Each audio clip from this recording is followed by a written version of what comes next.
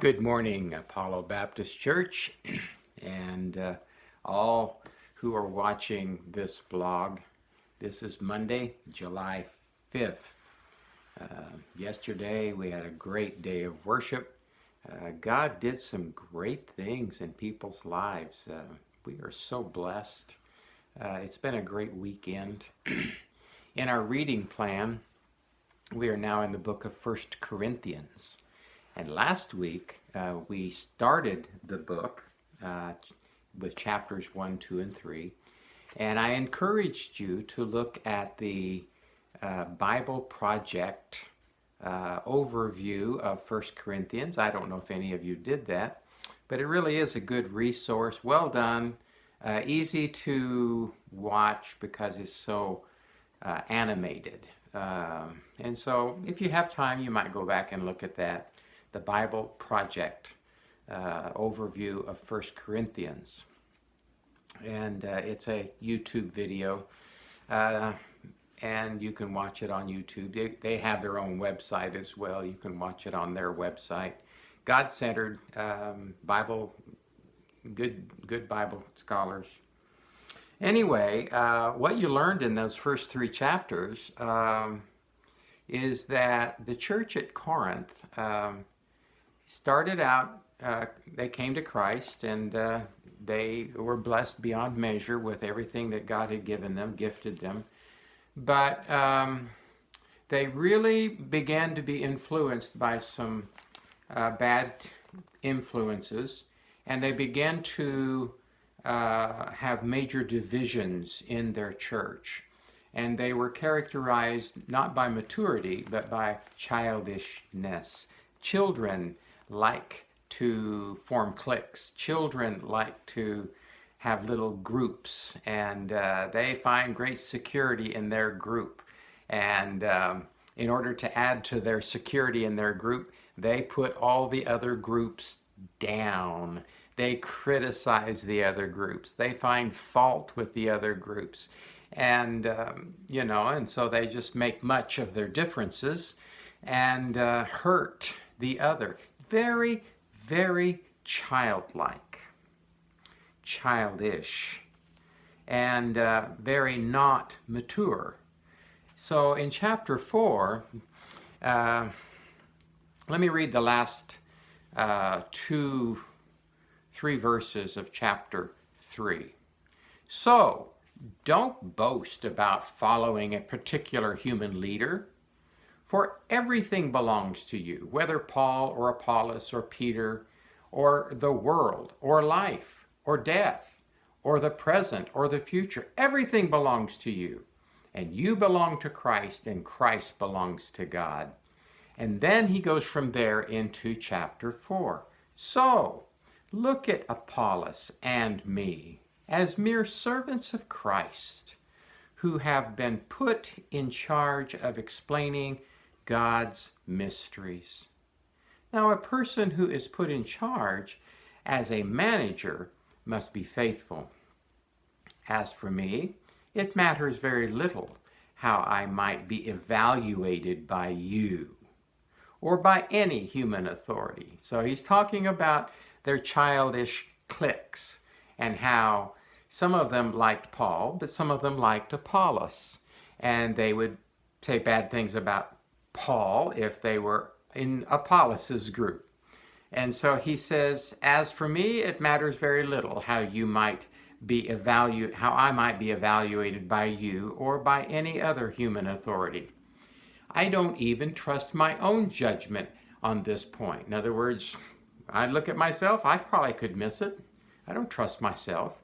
My conscience is clear, but that does not prove I'm right. It is the Lord himself who will examine me and decide. So, don't make judgments about anyone ahead of time before the Lord returns. For he will bring our darkest secrets to light and will reveal our private motives. Then God will give to each whatever praise is due. Paul doesn't come down to their childishness and do battle with them. He raises them up to a mature approach. Listen, guys, it doesn't make much difference to me that you guys are tearing me apart. I don't know of anything I've done wrong. My conscience isn't bothering me about anything, but that isn't in the last test. God's the last test. Let's leave it to God. When he comes back, he's going to judge every one of us. He's going to bring to light everything that was done in darkness. And he will be the one who gives out the praises, or he's the one that will give out the discipline. Leave it to God. And then he goes on. He says, "Dear brothers and sisters, I have used Apollos and myself to illustrate what I've been saying. But if you pay attention to what has been quoted in the scriptures, you won't be proud of one of your leaders at the expense of another. If you simply follow what God has written, you will not become self-centered. If you simply follow what God has put in his word, you will not focus on yourself, or for that matter, anyone else. You'll be focusing on God. Don't go beyond what is written. You won't be proud of one of your leaders at the expense of another. For what gives you the right to make such a judgment? What do you have that God hasn't given you? And if everything you have is from God, why boast as if it were not a gift?" Now that's an interesting assessment. You see, they were making comparisons. Well, Apollos, he is like this, and Paul is like that. Scholars, many of them, think that probably the comparison between Apollos and Paul was Apollos was known for his ability to be an orator.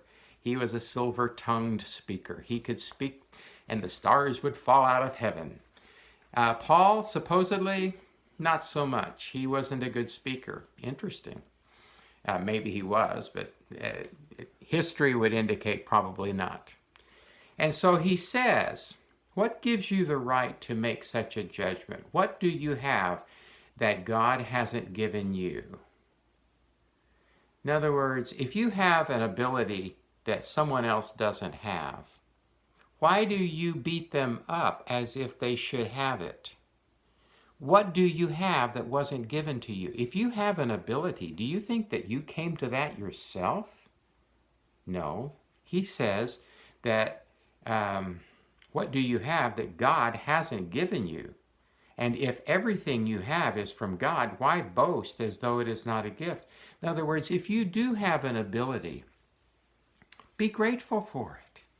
If someone else doesn't have that ability, well, they have an ability you don't have. They can use their ability. You can use your ability. We all use our abilities, and rather than dividing each other into camps based on what we don't have or what we do have, we become a oneness, and the abilities of you help me, and the abilities of me help you, and rather than dividing, we come together as one.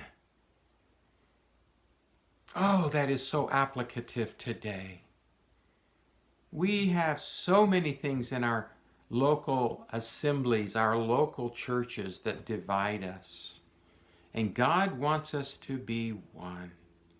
Oh, it is hard work. But trust me, if we focus on our differences, we are being childish, not mature. And God would say to us, "Oh, my dear children, I have gifted you so that you can honor me together. Be one and be strong. Don't be divided." And so that's a good word for us today. I pray that you will continue to keep your nose in the book. Oh, 4 and 5 is powerful stuff and scary stuff.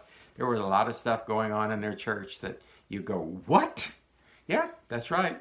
I'll let you figure out what it was. Hopefully that's enough of a drawing for you to read through chapter 4 and chapter 5 and see what's going on in that crazy church. Or maybe what's going on in my crazy church. I don't know.